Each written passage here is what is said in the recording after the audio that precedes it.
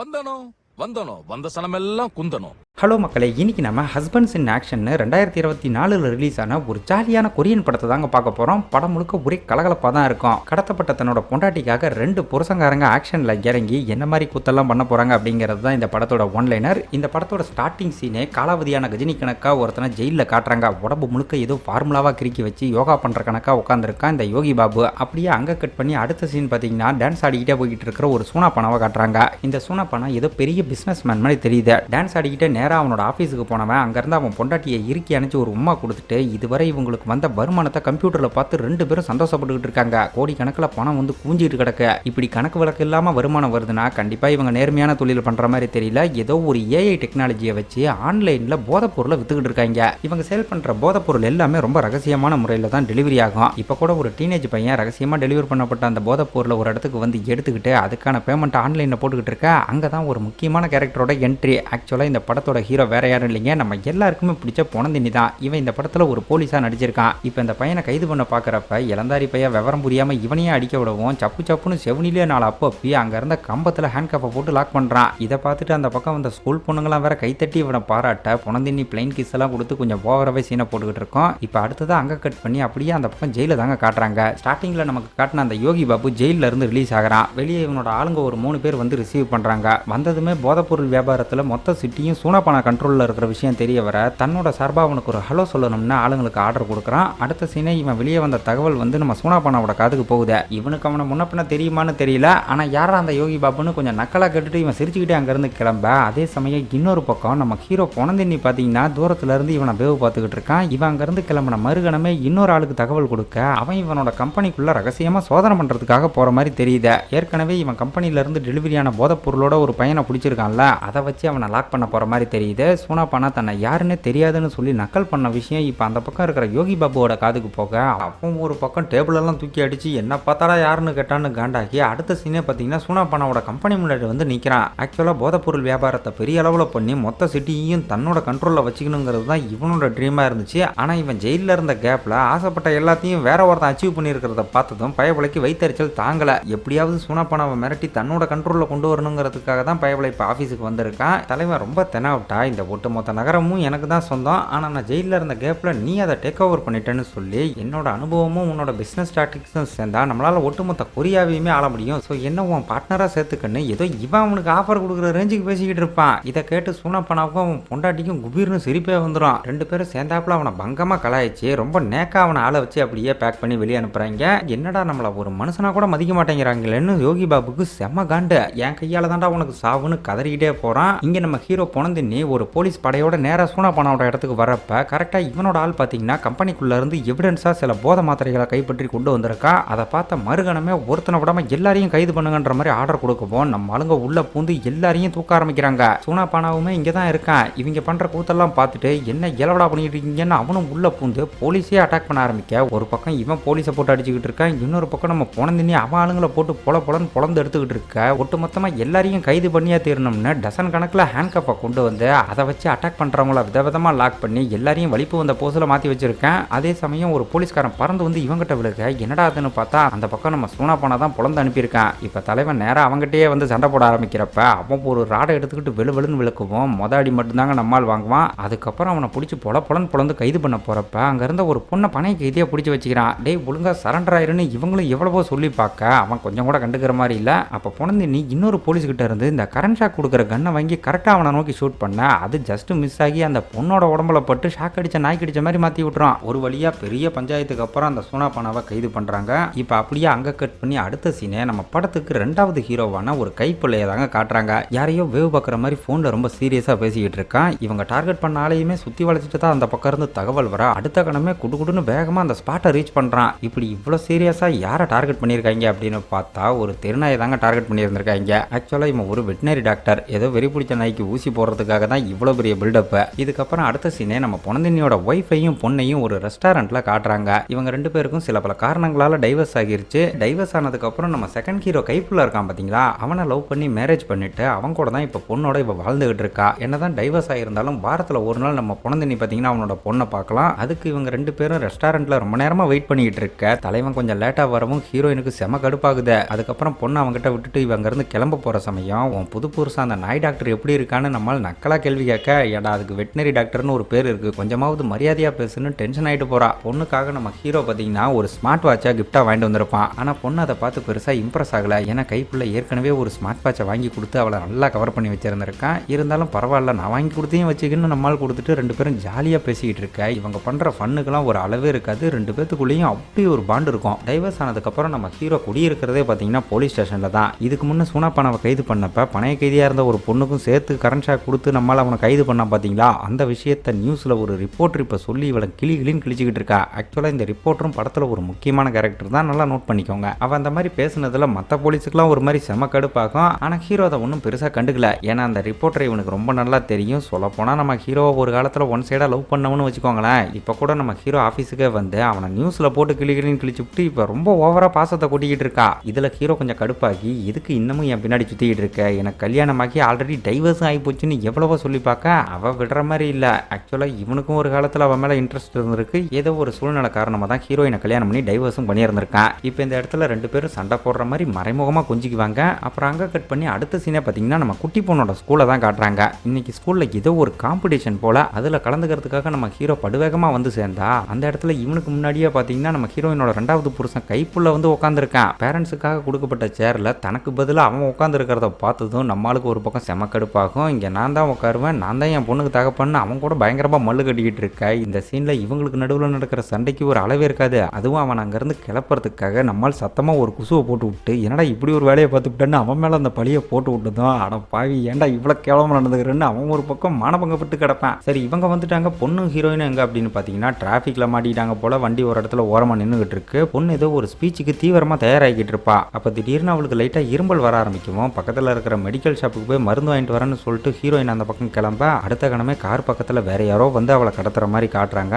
இந்த பக்கம் இருந்து நம்ம கைப்புள்ள விடாமல் நம்ம ஹீரோயினுக்கு ஃபோன் பண்ணி பார்க்க அவளோட ஃபோனுமே சுவிச் ஆஃப் ஆகி கிடக்கு. இதனால அவன் ஒரு பக்கம் ஒரு மாதிரி டென்ஷனில் இருக்க. அதே சமயம் நம்ம ஹீரோக்கு ஒரு ஃபோன் கால் வருது. அந்த பக்கம் இருந்து யாரோ ஒரு லேடிஸ் தான் பேசுகிறாங்க. என்னோட டிமாண்ட் ஒன்று தான், நீ கைது பண்ண என் புருஷன் சூனாப்பானாவை என்கிட்ட திரும்ப கொடுக்கணும். ஒருவேளை நீ ஏதாவது சொதப்பி போலீஸ் மொழியை பயன்படுத்த பார்த்த அப்படின்னா உன் பொண்டாட்டியோட விரலையும் நாக்கையும் வெட்டி எடுத்துட்டு அதே மாதிரி உன் பொண்ணுக்கும் பண்ணுவேன்னு சொல்லிட்டு காலை கட் பண்ணிடுறான். ஸோ ஃபோன் பண்ணது அந்த சூனாப்பானாவோட பொண்டாட்டி தாங்கிற விஷயம் இந்த இடத்துல நமக்கு தெளிவாக புரிஞ்சு போகுது. இப்போ ஹீரோ விறுவிறுன்னு அவங்க கார் இருக்கிற இடத்த ட்ரேஸ் பண்ணி அந்த இடத்துக்கு போய் பார்க்குறப்ப அங்கே வெறும் கார் மட்டும்தாங்க நிற்கும். உடனே 2 பேரும் போய் காரோட டேஷ்கேம் வீடியோ எடுத்து செக் பண்ணி பார்க்குறாங்க. அதில் நம்ம பொண்ணை யாரோ 3 பேர் வந்து கடத்த பார்த்துருக்காங்க.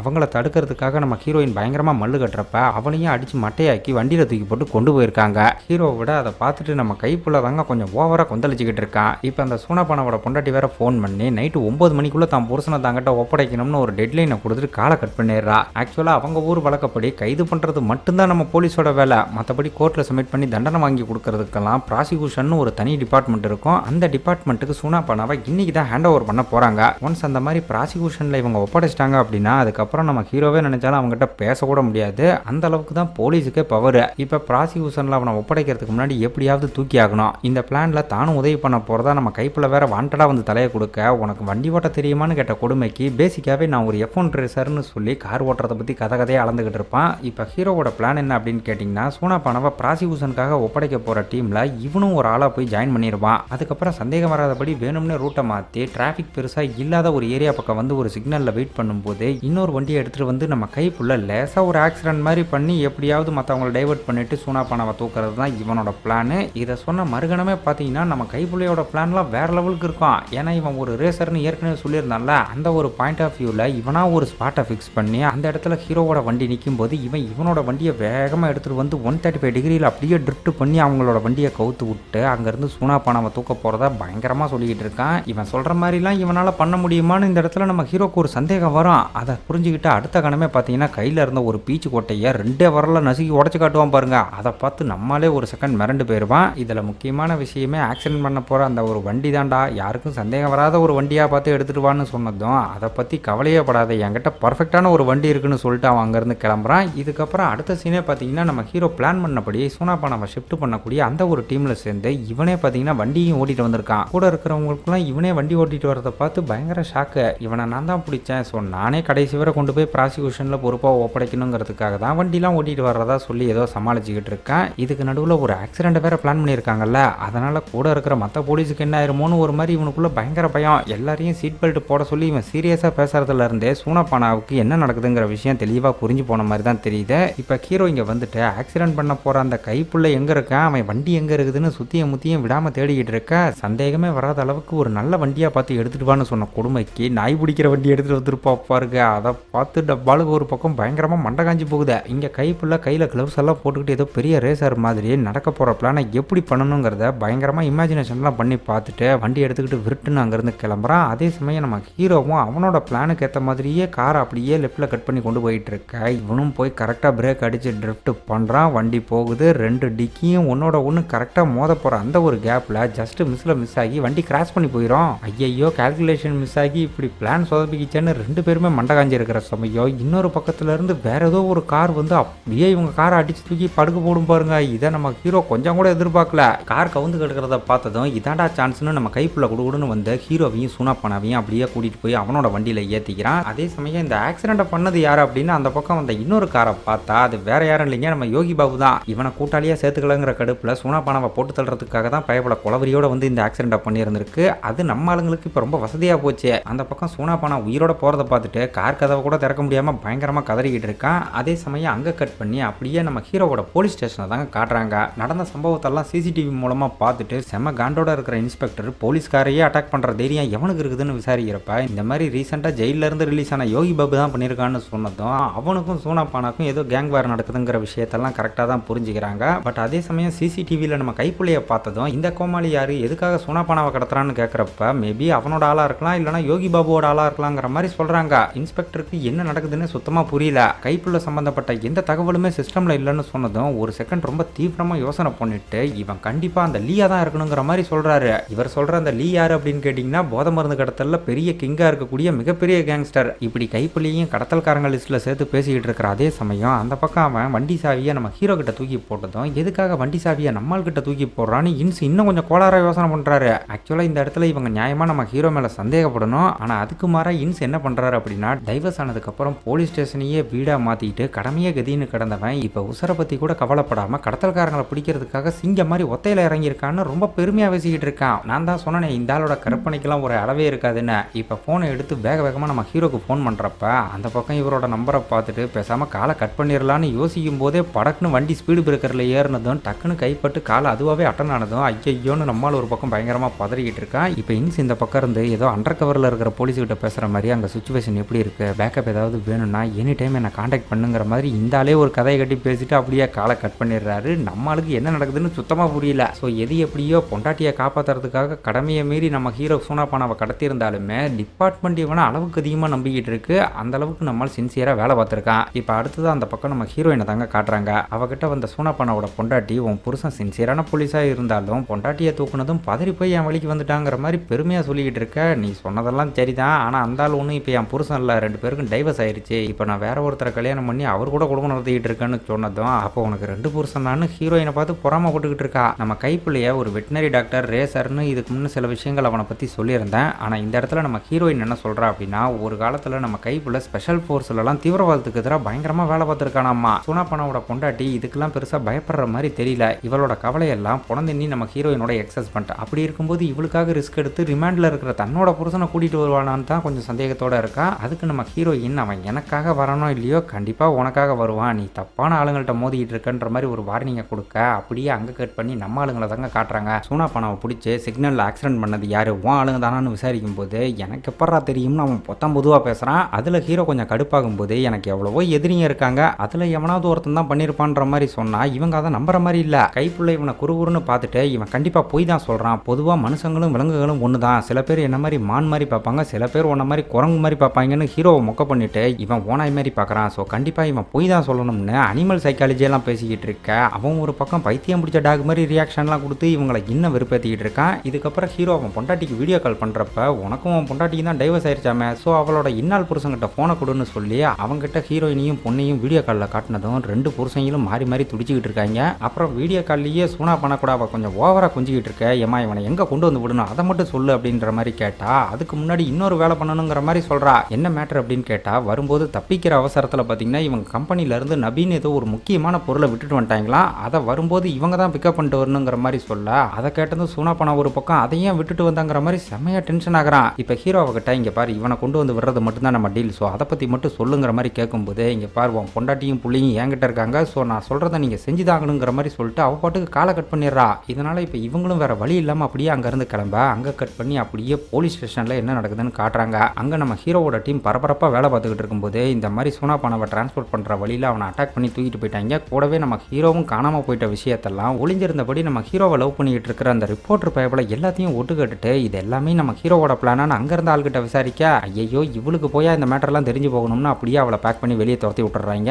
அந்த பக்கம் நம்ம ஹீரோ பார்த்தீங்கன்னா சூனா பண்ணவோட கம்பெனிக்கு தாங்க வந்திருக்கான். அங்கே காவலுக்கு இருந்த போலீஸுக்கு கொஞ்சம் பணத்தை லஞ்சமாக கொடுத்து வெளியே போய் திருப்தியாக சாப்பிட்டுவாங்கன்னு சொல்லி வெளியே அனுப்பிட்டு 3 பேரும் நைஸாக உள்ள போகிறாங்க. அப்படி இவங்க போகிறப்ப இவங்களை ஃபாலோ பண்ணி நம்ம யோகி பாபுவோட ஆள் ஒருத்தனும் பின்தொடர்ந்து வந்திருக்கான். இப்போ இவங்க 3 பேரும் அவனோட ஆஃபீஸ்க்குள்ளே போகிறப்ப அந்த இடத்துல டான்ஸ் ஆடுற மாதிரியான ஒரு ஸ்டேஜ் இருக்கும். அதில் சூனா பண்ண ஏறி அவன் பாட்டுக்கு கிறுக்கு பிடிச்ச மாதிரி டான்ஸ் ஆட ஆரம்பிக்க, அது ஏதோ பாஸ்வேர்டு போல் இவன் ஆடி முடிச்ச அடுத்த கணமே அந்த இடத்துல ஒரு சின்ன டோர் மாதிரி ஓப்பன் ஆகுது. அங்கேருந்த பெட்டிக்குள்ளே இருந்து இவன் ஏதோ ஒரு கியூப் மாதிரி ஒன்று வெளியே எடுக்கிறான். ஆக்சுவலாக போதை மருந்து கடத்துறதுக்காக சூனா பணமும் பொண்டாட்டியும் ஏதோ ஒரு ஏஐ டெக்னாலஜியை யூஸ் பண்ணுறதா சொன்னால அந்த ஒரு ஏஐ டெக்னாலஜி தாங்க இது கிட்டத்தட்ட பல கோடி மதிப்புள்ள டெக்னாலஜி அப்படிங்கிறதுனால தான் அதை எப்படியாவது கொண்டு வர சொல்லி அவள் சொல்லியிருந்திருக்கா. இங்கே சூனா பணம் இதை பற்றின எல்லா விஷயத்தையும் நம்ம ஆளுங்கள்ட்ட சொல்லிக்கிட்டு இருக்கும்போதே அதை வெளியே இருந்தபடி யோகி பாபுவோட ஆள் ஒட்டு கேட்டுட்டு அந்த பக்கம் போய் அவங்ககிட்ட எல்லாத்தையுமே பற்ற வச்சிட்றான். அப்புறம் நம்ம ஆளுங்க அங்கேருந்து கிளம்பும் போது இவங்களும் பின்தொடர்ந்து ஃபாலோ பண்ணி போகிறாங்க. யோகி பாபு ரொம்ப தைரியமாக இவங்க கார் பக்கத்திலேயே வந்து கண்ணாடியை ஓப்பன் பண்ணி விட்டு பயங்கரமாக வெறி கொண்டு முறைக்க, அதை பார்த்துட்டு நம்ம சூனா பண்ண ஒரு பக்கம் செம ஷாக் ஆகிறான். அது போக நம்ம ஹீரோக்குமே அவனை பார்த்து பயங்கர ஷாக்கு.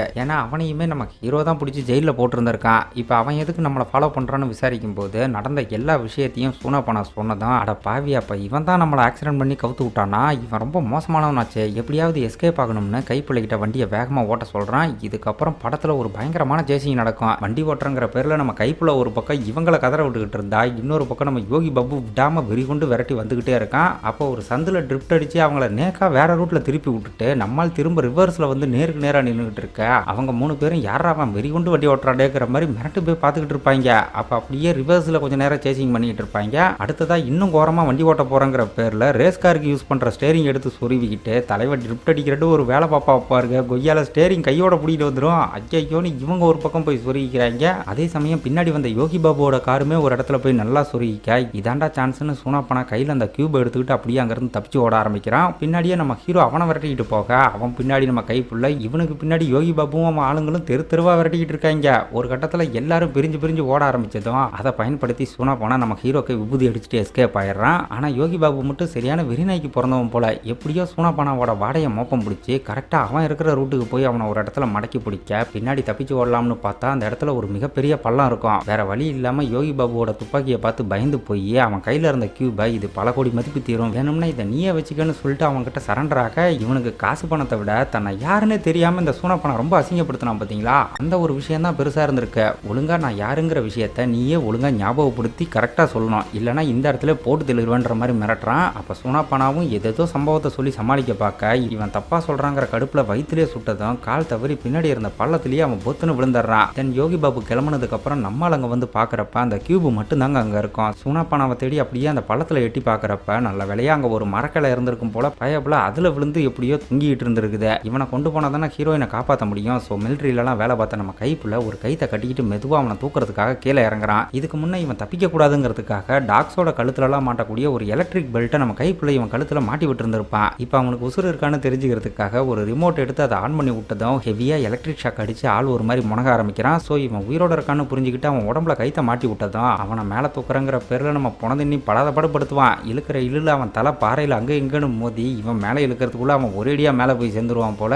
எப்படியோ ஒரு வழியாக மேலே கொண்டு வந்து வேனுக்கு கொண்டு போய் வயிற்றுல இருக்கிற புல்லட்டை எடுக்கணுங்கிற மாதிரி பேசிக்கிட்டு இருக்காங்க. புனதின்னி பேசாமல் நீயே ஆப்ரேஷன் பண்ணிருன்னு கைப்பொழிக்கிட்ட சொல்கிறப்ப ஐயோ நான் ஒரு வெட்டினரி டாக்டரியான்னு சொன்னா, அதனால என்ன இவன் மட்டும் என்ன மனுஷனா, இவனும் ஒரு நாய் மாதிரி தானே சொன்னதும் அவனும் ஆமா இல்லை இவெல்லாம் மனுஷனே கிடையாதுன்னு சொல்லிட்டு வேகமாக களத்தில் இறங்க ஆரம்பிக்கிறான். கையில் கிளவுஸை போட்டுக்கிட்டு அவன் பாட்டுக்கு வயிற்ற கிழிச்சு புல்லட்டை எடுக்கிறப்ப நம்மளுக்கு ஒரு பக்கம் கொமட்டிக்கிட்டு வரும். கோவத்தில் சூனா பணம் என்ன சொன்னான்னு கூட ஒழுங்காக கேட்காம பார்க்காம அவனை சுட்டு போட்டு யோகி பாபா அந்த பக்கம் போனால அவங்ககிட்ட இப்போ அவனோட ஆளுங்க அவனை போட்டு தள்ளினதெல்லாம் ஓகே தான், அவங்ககிட்ட இருந்த அந்த ஏஐ டெக்னாலஜி எடுத்துகிட்டு வந்தீங்களான்னு கேட்டதும் என்னடா பெரிய ஏஐ அதெல்லாம் ஒரு விஷயமாங்கிற மாதிரி சொல்கிறான். ஐயா என்ன இப்படி சொல்கிறீங்க, அதோட மதிப்பு மட்டுமே கிட்டத்தட்ட 100 பில்லியனுக்கு மேலே போயிரும்னு சொன்னதும் என்னது 100 பில்லியனா, அவன் என்கிட்ட 100 ரூபான்னு தான்டா சொன்ன மாதிரி இருந்ததுன்னு சொல்லுவான் பாருங்க. அட கூறுகட்ட முதலாளி, அது மட்டும் இருந்திருந்தா நம்ம ஒட்டுமொத்த கொரியாவையுமே கண்ட்ரோல் பண்ணலான்னு அவங்க எல்லாரும் ஒரு பக்கம் மண்டை காஞ்சி போகிறாங்க. அங்கே ஆப்ரேஷன் நல்லபடியாக முடிஞ்சுமே சூனாபானாக்கு சுயநனவு வரல. சரி சிபிஆர் கொடுத்து பார்க்கலாம்னு கைப்புள்ள நெஞ்சில் கை வச்சு அமுக்கிக்கிட்டே வாயோட வாய் வச்சு உரிங்கிற மாதிரி பொணந்தினிக்கிட்ட சொல்ல பொண்டாட்டி பிள்ளைக்காக இந்த நாய் வாயில் என் வாயை வைக்கணுமான்னு சலிச்சுக்கிட்டே பார்த்தீங்கன்னா வாயோட வாய் வச்சு உறிஞ்சி பார்க்குறான். அப்பயும் ஒன்றும் ஒர்க் ஆகல.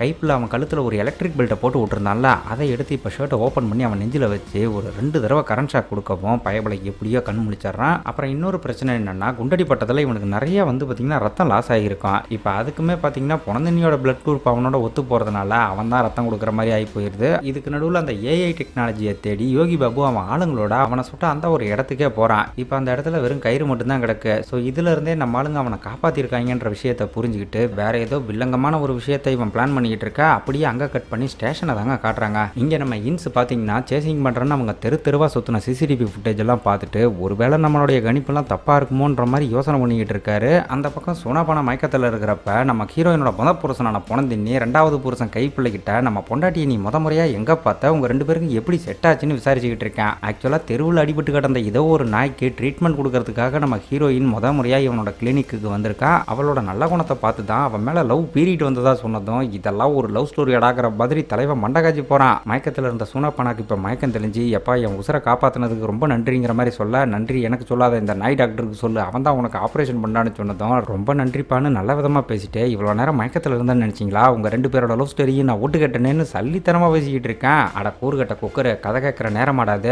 உன்ன மாதிரி கூறுகட்ட குக்கருக்குலாம் எப்படா அவ்வளோ அழகாகவும் அறிவாகவும் இருக்கிற ஒரு பொண்ணு பொண்டாட்டியாக கிடைச்சதுன்னு கேட்டதான் என்னது கூறுகட்டவனா, ஏன் எனக்குலாம் அந்த மாதிரி அழகான பொண்டாட்டி கிடைக்கக்கூடாதான்னு இவன் ஒரு பக்கம் டென்ஷன் ஆகி அவனோட லவ் ஸ்டோரியை சொல்ல ஆரம்பிக்கிறான். ஆக்சுவலாக இவன் பொண்டாட்டி ஏஐ டெக்னாலஜி சம்பந்தமாக யூஎஸ்க்கு போய் பெரிய பெரிய படிப்புலாம் படிச்சுட்டு வந்து இங்கே ஏதோ ஒரு கம்பெனியில் வேலை பார்த்துக்கிட்டு இருந்திருக்கா. அப்போ ஒரு நாள் இந்த பயபில் அவளோட ஆஃபீஸுக்கு போய் பயங்கரமாக கலவரம் பண்ணியிருக்கான். இவன் பண்ண அலப்பற இவனோட அந்த ரகடான கேரக்டரை பார்த்து தான் அந்த பயபிளைக்கு ஏதோ இவன் மேலே லவ் வந்திருக்கு. அதுக்கப்புறம் அவன் கூட தனியாக உட்காந்து பேசுகிறப்ப எதுக்கு இங்கே வந்து பிரச்சனை பண்ணுற அப்படின்னு கேட்டால் ஏதோ ஒரு ட்ரக்கில் இருந்து விட்டமின் சம்மந்தப்பட்ட ஏதோ ஒரு எசன்ஸை எடுத்து இவன் வியாபாரம் பண்ணணும்னு சொல்லியிருந்திருக்கான். அதுக்கு மார்க்கெட்டிங் பண்ணி தரதா இவங்க கம்பெனி சொல்லிட்டு இப்போ டீலில் விட்டதா சொல்லி தான் டென்ஷன் ஆகிட்டு இருக்கான். செய்யறதெல்லாம் சீட்டிங் வேலை, இதில் இவனுக்கு கொடுத்த வாக்கெல்லாம் வேற காப்பாற்றணுமா. இவங்கிட்ட அப்படி என்ன இருக்கோ தெரியல, ஆனால் இவனோட அந்த போதை மருந்து ஐடியா ரொம்ப பிடிச்சி போய் அதை மார்க்கெட்டிங் பண்ண நானே உனக்கு உதவி பண்ணுறேன், நம்ம 2 பேரும் ஒன்று சேர்ந்து பெரிய அளவில் அதை வியாபாரம் பண்ணலாங்கிற மாதிரி இவன் கூட ஒரு டீலை போட்டிருந்திருக்கா. தன்னை போய் ஒரு பொண்ணுக்கு பிடிச்சி போச்சேன்னு சூனாபானாக்கு அந்த இடத்துல ஒரு மிகப்பெரிய அதிர்ச்சி. அதுக்கப்புறம் கம்பெனி ஆளுங்க வந்து இவன் கூட பயங்கரமாக தகராறு பண்ண அவங்க கூட சண்டை போட்டுக்கிட்டே ஃபோன் பண்ண சொல்லி சிக்னல் கொடுத்துட்டு போகிறான். தென் அதுக்கப்புறம் இவனை ஜெயிலில் போட்டிருப்பாங்க. ஜெயிலிருந்து ரிலீஸ் ஆகும்போது வாசல்லே வந்து பிக்கப் பண்ணி இவன் கூட பர்மனெண்ட்டாக மிங்கிளானது மட்டும் இல்லாமல் அவள் கண்டுபிடிச்ச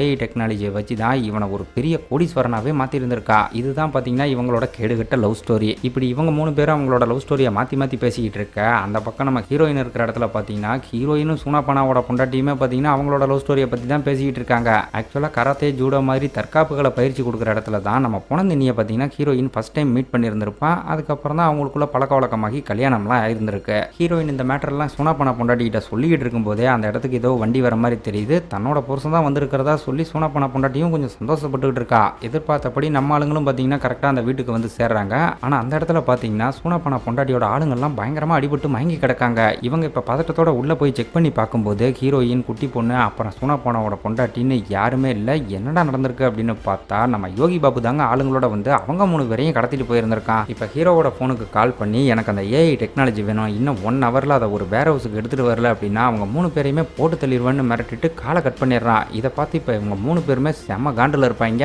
அப்படியே அங்கே கட் பண்ணி போலீஸ் ஸ்டேஷனை காட்டினா இப்போ தான் கைப்புள்ள ஸ்பெஷல் ஃபோர்ஸில் இருந்தது. அதுக்கப்புறம் வெட்டினரி டாக்டராக இப்போ வேலை பார்த்துக்கிட்டு இருக்கிறது. கூடவே நம்ம ஹீரோவோட பொண்டாட்டியை 2வது வாரமாக கல்யாணம் பண்ணிக்கிட்டதுன்னு எல்லா விஷயத்தையும் நம்ம இன்ஸ்பெக்டர் தெரிஞ்சுக்கிறாங்க. இவங்களுக்கு இன்னமும் ஹீரோயினும் குட்டி பொண்ணும் கடத்தப்பட்ட விஷயம் தெரியாது. ஹீரோவும் கைப்புள்ளையும் பெரிய ஆபத்தில் இருக்காங்க. அவங்கள உடனே கண்டுபிடிக்கணும்னு இன்ஸ்பெக்டர் அங்கே இருந்த எல்லாரையும் விரட்டி விட இவங்க பேசின எல்லாத்தையும் நம்ம ரிப்போர்ட்டர் பயப்பில் எப்பவும் போல ஒளிஞ்சிருந்து நல்லா ஒட்டு கேட்டுறா. அப்புறம் அங்கே இருந்த நம்ம ஹீரோவோட லாக்கரை ஓப்பன் பண்ணி பார்க்குறப்ப அதில் குழந்தையோட ஃபோட்டோ அது இதுன்னு ஏகப்பட்ட திங்ஸ் இருக்கும். அப்போ அந்த திங்ஸுக்கு நடுவில் ஒரு ஸ்மார்ட் வாட்ச் இருக்கிறத பார்க்குறா. ஆக்சுவலாக இந்த ஸ்மார்ட் வாட்சுக்கு பேராக தான் இன்னொரு ஸ்மார்ட் வாட்சை வாங்கி நம்ம ஹீரோ அவனோட பொண்ணுக்கு கிஃப்டாக கொடுத்துருந்துருப்பான். இப்போ அதில் ஏதோ ஒரு நோட்டிஃபிகேஷன் காட்டவும் அதை ஆன் பண்ணி விட்ட மறுகணமே அந்த பக்கம் பொண்ணோட பேக்கில் இருந்த ஸ்மார்ட் வாட்சில் ஏதோ ஒரு சிக்னல் ஆன் ஆகுது. அநேகமாக அது லொக்கேஷனை லொக்கேஷனை தான் ட்ராக் பண்ணணும்னு நினைக்கிறேன். இப்போ யோகி பாபு வர சொன்ன அந்த ஒரு இடத்துக்கு போனதும் ஹீரோ கைப்பிள்ளையை மட்டும் அங்கேருந்து கிளம்ப சொல்ல அதெல்லாம் முடியாது, நானும் தான் வருவேன்ற மாதிரி அடம் பிடிக்கிறான். டேய் சொன்னா கேள்றா, அவன் எங்கள் 2 பேரை மட்டும்தான் வர சொன்னான், நீ வந்து ஏதாவது ஒரு சின்ன பிரச்சனை நடந்தா கூட எல்லாரோட சோழியும் முடிஞ்சு போயிருங்கிற மாதிரி சொல்ல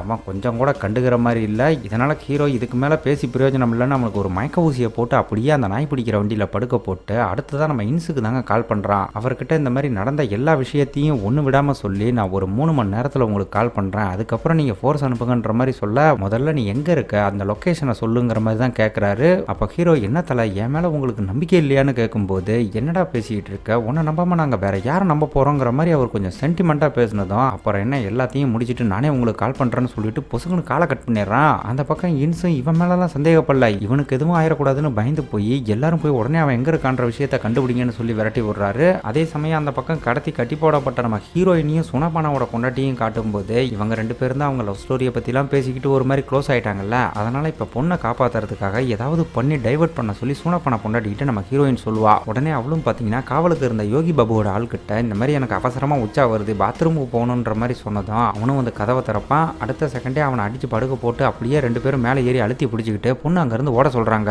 பொண்ணும் குடுகுடுன்னு அங்கேருந்து வெளியே வந்து வேகமாக ஓடிக்கிட்டு இருப்பான். அப்போ சடனாக அந்த இடத்துக்கு நம்ம ரிப்போர்ட்டர் வந்து பொண்ணை டக்குன்னு கேட்ச் பண்ணி ஒளிச்சு வச்சுக்கிறா. ஆக்சுவலாக அந்த ஸ்மார்ட் வாட்சில் இருந்த லொக்கேஷன் மூலமாக தான் நம்ம பொண்ணை இவ கண்டுபிடிச்சிருந்திருக்கா. இப்போ பொண்ணு இவளை பார்த்து நீங்கள் யார் என்னன்னு கேட்கும்போது டெக்னிக்கலாக சொல்லணும்னா நான் உன் சித்தின்னு இந்த இடத்துல வந்து உறவு முறை கொண்டாடிக்கிட்டு இருக்கா. அப்போ கரெக்டாக யோகி பாபுவோட ஆள் வேற பொண்ணை தேடி அந்த பக்கம் வேக வேகமாக வந்துகிட்டு இருக்க. அங்கே இருந்த ஒரு போட்டில் பொண்ணை ஒளிய வச்சுட்டு அவனை சமாளிக்கிறதுக்காக இவ ஒத்தையில் அவன் கூட சண்டைக்கு போய்கிட்டு இருக்கா. அதே சமயம் அந்த பக்கம் மயக்கத்தில் இருந்த நம்ம கைப்பிள்ளைக்கும் மயக்கம் தெளிஞ்சு அவனோட ஃபோனை எடுத்து பார்க்குறப்ப பொண்ணோட ஸ்மார்ட் வாட்சோட லொக்கேஷன் அவனுக்கும் இப்போ காட்டுது. இன்னொரு பக்கம் நம்ம ஹீரோவும் சுனபானாவும் பார்த்தீங்கன்னா யோகி பாபு வர சொன்ன அந்த ஒரு பர்டிகுலர் வேர் ஹவுஸை தூரத்துல இருந்து வேவு பார்த்துக்கிட்டு இருக்க. வெளியே காவலுக்கு ஆள் இருப்பாங்க. இவனுங்க 2 பேரும் சைலண்டாக நோட்டம் விட்டுக்கிட்டு இருக்கிற அந்த ஒரு கேப்பில் பின்னாடி 2 பேர் வந்து சுத்து போட்டு புடனிலே அடிக்க பார்ப்பாங்க. கரெக்டாக அந்த சமயம் கைப்புள்ள அந்த இடத்துக்கு வந்து அவங்க 2 பேரையும் மயக்க ஊசி அடித்து மட்டையாக்கவும் அதை பார்த்து நம்ம புனந்தினியே மிரண்டு போகிறான். தலைமை இவங்ககிட்ட ஹீரோயினோட ஃபோன் இருக்கிற லொக்கேஷனை ஃபோனில் காட்டி இது ஒரு ட்ராப்பு, இதுக்குள்ளே போனால் நீங்கள் மாட்டிக்குவீங்கன்ற மாதிரி சொன்னதும் இவங்களும் அதை புரிஞ்சுக்கிட்டு லொக்கேஷனை ஃபாலோ பண்ணி 8ஆம் நம்பர் வேர் ஹவுஸ் இருக்கிற இடத்துக்கு வராங்க.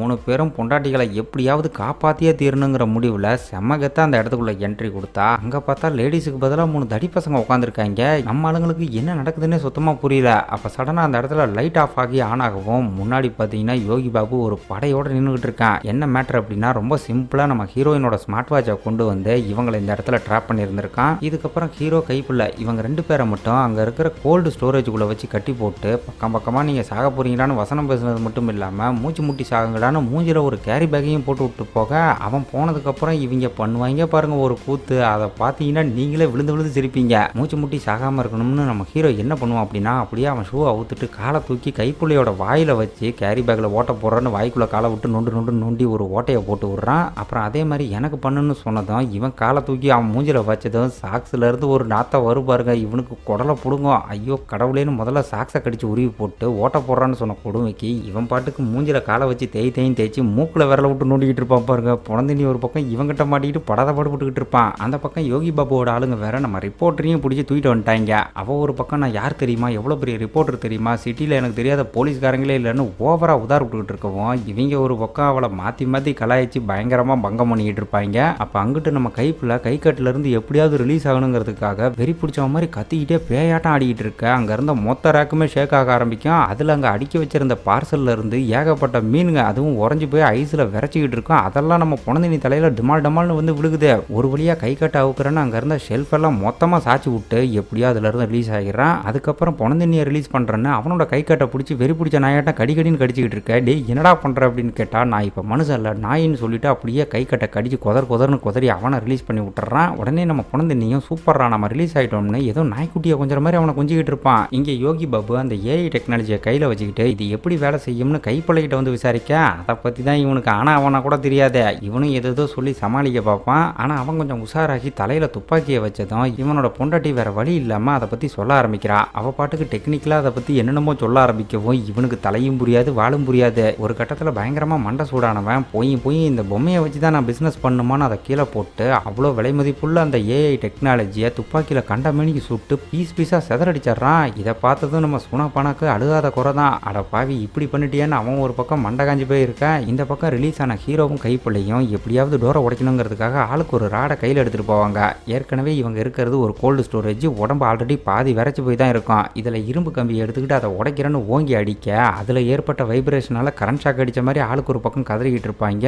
அப்புறம் அந்த டெக்னிக் வேலை செய்யலைன்னு ஒன்றும் பண்ண முடியாமல் முக்காவாசி உறைஞ்சி போன நிலைமையில அப்படியே கிடுகிடுன்னு குளூரில் நடுங்கிட்டு உட்காந்துருப்பாங்க. இங்கே யோகி பாபு அடுத்த கட்டமாக நம்ம சூனாப்பானவை கொலை பண்ணுற ஐடியாவில் அவங்ககிட்ட போவான். ஆனால் அடுத்த செகண்டே என்ன நினைச்சான்னு தெரியல, அப்படியே அவன் பொண்டாட்டி பக்கம் திரும்பி ஒன்றை போட்டு தள்ளிட்டா கண்டிப்பாக இவன்லாம் எனக்கு ஒரு ஆளே கிடையாதுங்கிற மாதிரி சொல்லிட்டு அவளை கொல்லணுங்கிற மாதிரி ஒரு முடிவு எடுக்கிறான். இதை பார்த்ததும் நம்ம சூனாப்பானாக்கு வெறி இன்னும் அதிகமாகுது. கத்தியோட அவள் பக்கத்தில் போக போக இவனோட கோபம் ஒரு கட்டத்தில் பயங்கரமாக அதிகமாகும். அதே சமயம் அந்த பக்கம் நம்ம ஆளுங்க 2 பேரும் பார்த்தீங்கன்னா தன்னை தானே மோட்டிவேட் பண்ணிக்கிட்டு பொண்டாட்டி பொண்ணை எப்படியாவது காப்பாற்றணும்னு திரும்பவும் களத்தில் இறங்குறாங்க. கையில் அந்த ராடை எடுத்துக்கிட்டு கதவோட கேப்பில் வச்சு ஆளுக்கு ஒரு பக்கம் வெறி கொண்டு நம்ப ஆரம்பிக்கிறாங்க. அதே சமயம் இந்த பக்கம் பொண்டாட்டியை காப்பாற்றணுங்கிறதுக்காக சூனாப்பானாவும் உச்சக்கட்ட வெறியோட கை கட்ட பிடிக்கிறன்னு காட்டு கத்திக்கிட்டு இருக்க இவங்களும் இந்த பக்கம் கத்திக்கிட்டே கதவை போட்டு நம்புன்னு நம்புறாங்க. ஒரே சமயத்தில் இவங்க இங்கே கதவை அடித்து உடைக்கிறதுக்கும் அந்த பக்கம் சூனாப்பானாவும் கை கட்ட பிச்சுக்கிட்டு அப்படியே பறந்து வந்து யோகி பாபுவோட தாடையிலே உதச்சி பறக்க விடுவான் பாருங்க. அதை பார்த்து எல்லாருமே மிரண்டு போயிடுவாங்க. நார்மலாகவே இவன் ஒரு மண்டக்கோளாறு,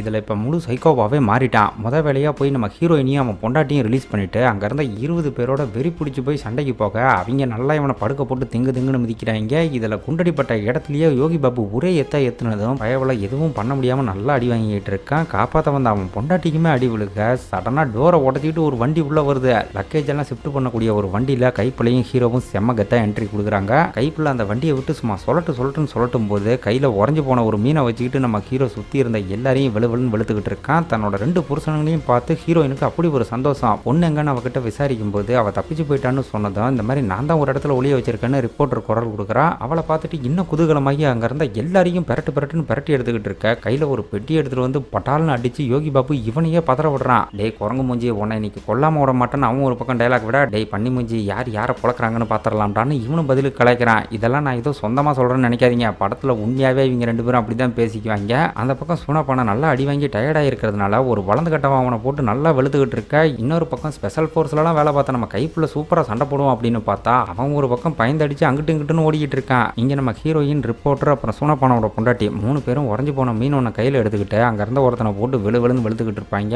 அப்போ அந்த வளர்ந்து கட்டவன் சூனாப்பானாவை போட்டு செம்மாடி அடிச்சுக்கிட்டு இருக்கா. அவனை ஆளுக்கு ஒரு பக்கமாக நின்று லொச்சக் மொஜக் பச்சக்குன்னு அந்த மீன்லேயே தலையில் அடித்து ஆளை மொத்தமாக சரிச்சு போடுறாங்க. அந்நேரம் அவனுக்கு ஃபினிஷிங் ஷாட்டு போடுறேன்னு நம்ம கைப்புள்ள செம்மகத்தாக பறந்து வரும்போது கரெக்டாக இவன் மயங்கி கீழே விழுந்துட வழக்கம் போல் இவனோட கணிப்பு மிஸ் ஆகி போய் காற்றுல கையை சுற்றிக்கிட்டு நல்லா மொக்க வாங்குறான். அங்கிட்டு நம்ம ஹீரோக்கும் யோகி பாபுக்கும் பார்த்தீங்கன்னா பயங்கரமாக சண்டை நடக்கும். என்னதான் அவன் பலசாலியாக இருந்தாலும் அவனோட அட்டாக்ல இருந்தாலும் மிஸ் ஆகி நம்மளால் அவனை போட்டு செம காட்டிக்கிட்டு இருக்க ஒரு கட்டத்தில் ஆள வர்ற சபைன்னு தப்பிக்க பார்ப்பான். அப்பையும் விடாமல் நம்ம ஹீரோ புரோட்டா மாஸ்டர் கணக்காக அவனை போட்டு புரட்டி எடுத்துக்கிட்டு இருக்கான். ஆள் சைஸில் பெருசாக இருக்கவும் நம்மளால் தனியாக சமாளிக்க முடியல. யாராவது வாங்கன்னு குரல் கொடுத்ததும் நம்ம கைப்புள்ள ஹீரோயின் அப்புறம் நம்ம ரிப்போர்ட்டர் 3 பேரும் அந்த இடத்துக்கு வந்து அவனை நல்லா லாக் பண்ணிக்கிறாங்க. அவங்க லாக் பண்ணதும் ஹேண்ட் கஃபை போட்டு நம்மால் சக்ஸஸ்ஃபுல்லாக அவனை கைது பண்ணிடுறான். ஒரு வழியாக இவனோட பிரச்சனை முடிஞ்சதுன்னு எல்லாரும் கொஞ்சம் ரிலாக்ஸ் ஆக என்னடா கூட்டத்தில் 2 டிக்கெட்டு குறையுது, ஆமாம் அந்த சூனாப்பானாவும் பொண்டாட்டி எங்கே அப்படின்னு பார்த்தா அதுங்க 2 எஸ்கேப் ஆகிறதுக்காக ரொம்ப நேக்கா அங்கேருந்த ஒரு போட்டை எடுத்துக்கிட்டு அப்படியே கடலுக்குள்ளே தப்பிச்சு போகிறாங்க. ஆக்சுவலாக இந்த ஒரு கப்பலில் தாங்க நம்ம ரிப்போர்ட்டர் நம்ம குட்டி பொண்ணை மறைச்சி வச்சிருந்திருக்கா. ஐயோ பொண்ணை பறி கொடுத்துட்டோமேன்னு எல்லாரும் ஒரு மாதிரி பதட்டத்தில் இருக்க ஹீரோ சட்டையை கழிச்சிட்டு தண்ணியில் குதிக்க போவான். என்னடா முட்டாள்தனம் பண்ணிக்கிட்டு இருக்குன்னு நம்ம கைப்பில் அவனை தடுத்து அங்கே இருந்த ஒரு பெரிய கிரேனை தாங்க பார்க்குறான். இவனுக்கு அதை பார்த்ததும் என்ன ஐடியா வந்துச்சுன்னு தெரியல, வம்புடியாக நம்ம பொணந்தினிக்கையும் கூட்டிகிட்டு அதோட உச்சத்துக்கு போகிறான். அங்கேருந்து கீழே பார்க்குறப்ப நம்ம பொணந்தினிக்கு ஈரக்கொலையெல்லாம் நடுங்கி போகுது. டேய் இதை பண்ணி தான் ஆகணுமா, தயவு செஞ்சு வேற ஏதாவது ஐடியா இருந்தால் யோசின்ற மாதிரி சொல்கிறப்ப இதை தவிர வேற வழி இல்லை, சீக்கிரம் ஓடுறான்னு சொல்லிட்டு குடுகுடுன்னு ஓடி போய் அப்படியே 2 பேரும் மேலே இருந்து ஜம்ப் பண்ணுறாங்க. அடுத்த கணமே பார்த்தீங்கன்னா ஒரு மிகப்பெரிய பேராஷூட் ஓப்பன் ஆகுது. நம்மால் ஸ்பெஷல் ஃபோர்ஸில் இருந்தால அதனால தான் இந்த மாதிரி ஒரு சூப்பர் ஐடியாவை யோசனை பண்ணியிருக்கான். பேராஷூட் என்னமோ நல்லபடியாக தான் ஓப்பன் ஆகிருது. ஆனால் பயத்தில் நம்ம பொணந்தினி தாங்க மயங்கி கிடக்கான். அவனை நம்ம கைப்பில் உசுப்புனதும் உயரத்தை பார்த்து பயந்து போய் ஐயோ என்னை யாராவது காப்பாற்றுக்கன்னு பதறிக்கிட்டே பார்த்தீங்கன்னா திரும்பவும் மயங்கி போகிறான். டே கண்ணை தரடா, நம்ம பொண்ணை காப்பாற்றி ஆகணும்னு கொஞ்சம் ஆசுவாசப்படுத்தினதுக்கப்புறம் தான் ஆள் கொஞ்சம் அமைதியாகிறான். இங்கே சூனாப்பானாவும் அவன் பொண்டாட்டியும் பார்த்தீங்கன்னா தப்பிச்சிட்டோம்னு ரொம்ப சந்தோஷமாக போயிட்டு இருக்கிற சமயம் உள்ளே பார்த்தீங்கன்னா நம்ம பொண்ணு அசந்து தூங்கி இருந்திருப்பா போல. இப்போ தூக்கம் தெளிஞ்சு வெளியே வந்த மறுகணமே அவளை பார்த்து சூனாப்பானா யாரா அந்த பொண்ணுன்னு பதறி போகிறான். இவன் பொண்டாட்டிக்கு தான் நம்ம குட்டி பொண்ணை நல்லா தெரியுமே, ஸோ இந்த போட்டில் நீ என்னம்மா பண்ணிட்டு இருக்கன்னு விசாரிச்சுக்கிட்டு இருக்கும்போதே நம்ம ஆளுங்க கரெக்டாக அந்த போட்லேயே வந்து லேண்ட் ஆகி 2 பேரையும் தொக்கா பிடிச்சிடுறாங்க. இதுக்கப்புறம் பொண்ணோட ஸ்கூலில் நடக்கிற ஒரு ஃபங்க்ஷனை தாங்க காட்டுறாங்க. அதில் நம்ம பொண்ணு இதுக்கு முன்னே ப்ரிப்பேர் பண்ண அந்த ஸ்பீச்சை சூப்பராக பேசிக்கிட்டு இருப்பா. முன்ன மாதிரி இல்லாமல் நம்ம ஹீரோ கைப்புள்ள ஹீரோயின் 3 பேரும் தனித்தனி சேரில் ஒன்றா உட்காந்துருக்காங்க. இந்த முறை கைப்புள்ள நம்ம ஹீரோவை பழி வாங்குற விதமாக அவன் சவுண்டாக ஒரு குசுவை போட்டு விட்டு அந்த பழியை அவன் மேலே தூக்கி போட, அட என்னடா நீ இந்த மாதிரி இறங்கிட்டேன்னு பொணந்து இந்த இடத்துல மானபங்கப்பட்டு போகிறான். இதுக்கப்புறம் பொண்ணுக்கு ஏதோ அவார்ட்லாம் கொடுக்குறாங்க. ஆனால் அந்த இடத்துல நம்ம புனந்தினியை மட்டும் காணோம். எங்கடா போனோம் அப்படின்னு பார்த்தா நம்ம ரிப்போர்ட்டர் கூட சேர்ந்து ஜோடி போட்டு போய்கிட்டு இருக்கேன். இவங்க 2 பேரும் ஒரு வழியா ஒன்று சேர்ந்துட்ட மாதிரி தெரியுது. படம் அவ்வளோதான், இதோட முடிஞ்சிருச்சா அப்படின்னு கேட்டிங்கன்னா அதாங்க இல்லை. இதுக்கப்புறம் அடுத்த சீனு யோகி பாபு கூட இருக்கிற ஒரு வளர்ந்து கட்டவன் ஏர்போர்ட்டில் யாருக்காகவோ வெயிட் பண்ணிக்கிட்டு இருக்க. பார்க்கவே சூப்பராக ஸ்மக்கின்னு ஒரு ஃபிகர் வந்து லேண்ட் ஆகுது. இவ வேற யாரும் இல்லைங்க, நம்ம யோகி பாபுவோட பொண்டாட்டி தான். தான் புருஷன் எங்கே இருக்கான்னு அவனுக்காக பழிவாங்கிற விதமாக வில்லத்தனத்தோடு அவள் பேசுகிற மாதிரி காட்டி படத்தை இந்த இடத்துல முடிக்கிறாங்க. ஸோ இந்த படம் எப்படி இருந்துச்சுங்கிறத மறக்காமல் கமெண்ட் பண்ணுங்கள். வீடியோ பிடிச்சிருந்தா லைக் பண்ணுங்கள், ஷேர் பண்ணுங்கள், சேனலையும் சப்ஸ்கிரைப் பண்ணுங்கள். தேங்க்யூ.